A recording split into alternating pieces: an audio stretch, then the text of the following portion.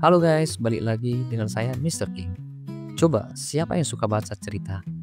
Pernah nggak waktu baca cerita, kalian jadi ikut sedih, ketawa, atau semangat?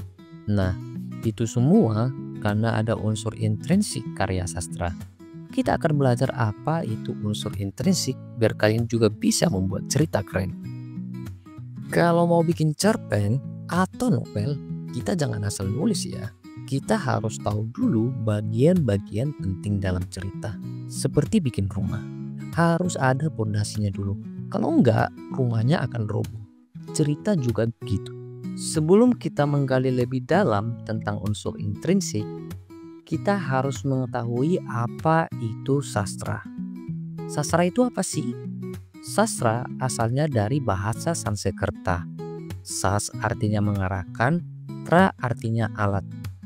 Sastra adalah bahasa yang dipakai dalam kitab-kitab, bukan bahasa sehari-hari atau karya tulis yang memiliki ciri-ciri keunggulan seperti keaslian, keindahan dalam isi dan ungkapannya.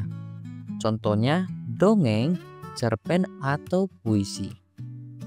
Karya sastra punya dua unsur. Pertama, intrinsik, bagian yang ada di dalam cerita, seperti tokoh, tema, dan alur. Kedua, ekstrinsik, hal-hal dari luar cerita, misalnya siapa penulisnya atau keadaan di sekitarnya.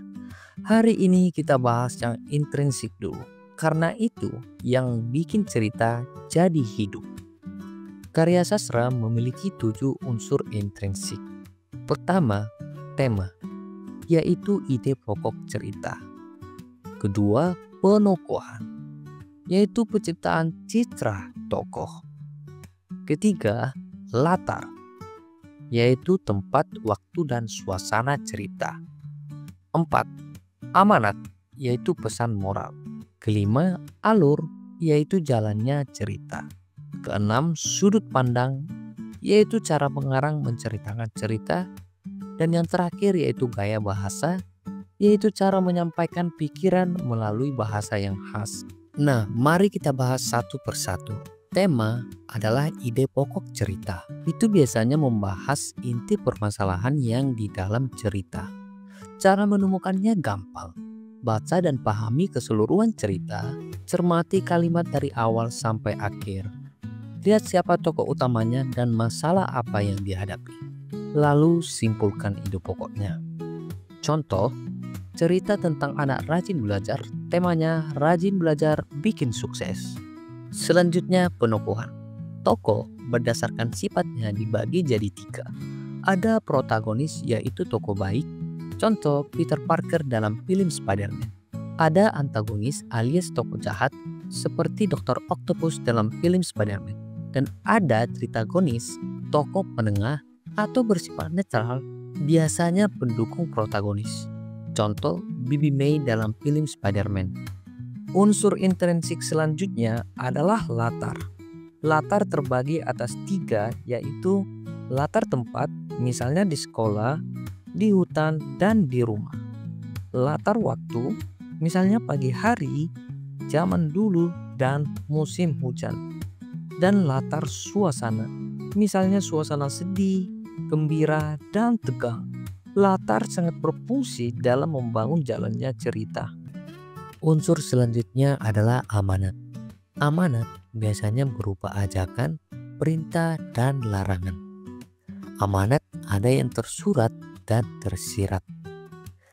Amanat tersurat artinya tertulis di dalam cerita. Sebagai contoh, perhatikan teks berikut ini. Pada teks cerita ini, amanat cerita tertulis pada cerita. Sedangkan amanat yang tersirat harus kita simpulkan sendiri. Untuk amanat tersirat, caranya baca ceritanya, amati perilaku tokoh, perhatikan jalan cerita atau konflik, lalu simpulkan pesan moralnya. Unsur intrinsik selanjutnya adalah alur. Alur dibagi atas 3 jenis, yaitu alur maju, mundur, dan alur maju mundur. Alur maju ceritanya dari awal ke akhir. Contoh, anak lahir, tumbuh menjadi remaja, bekerja, dan akhirnya sukses. Alur mundur ceritanya dimulai dari akhir ke awal. Contoh, orang sukses mengenang masa kecilnya. Terakhir, alur maju mundur. Misalnya cerita dari awal, masuk ke tengah, kemudian flashback kembali, kembali ke tengah lagi, dan akhir. Contoh, atlet mau bertanding, ingat masa lalunya, bertanding lagi dan akhirnya menang. Unsur selanjutnya adalah sudut pandang. Sudut pandang dibagi atas 4, yaitu orang ketiga, pertama, campuran, dan kedua. Kita akan bahas perbedaan satu persatu dari berbagai aspek. Aspek pertama adalah kata ganti utama. Sudut pandang orang ketiga umumnya menggunakan kata ganti utama dia, ia, mereka, dan nama tokoh. Sudut pandang orang pertama umumnya menggunakan kata ganti utama adalah aku, saya, dan kami. Sudut pandang orang campuran umumnya memiliki kata ganti utama gabungan orang pertama dan ketiga, seperti aku, kamu, dan dia.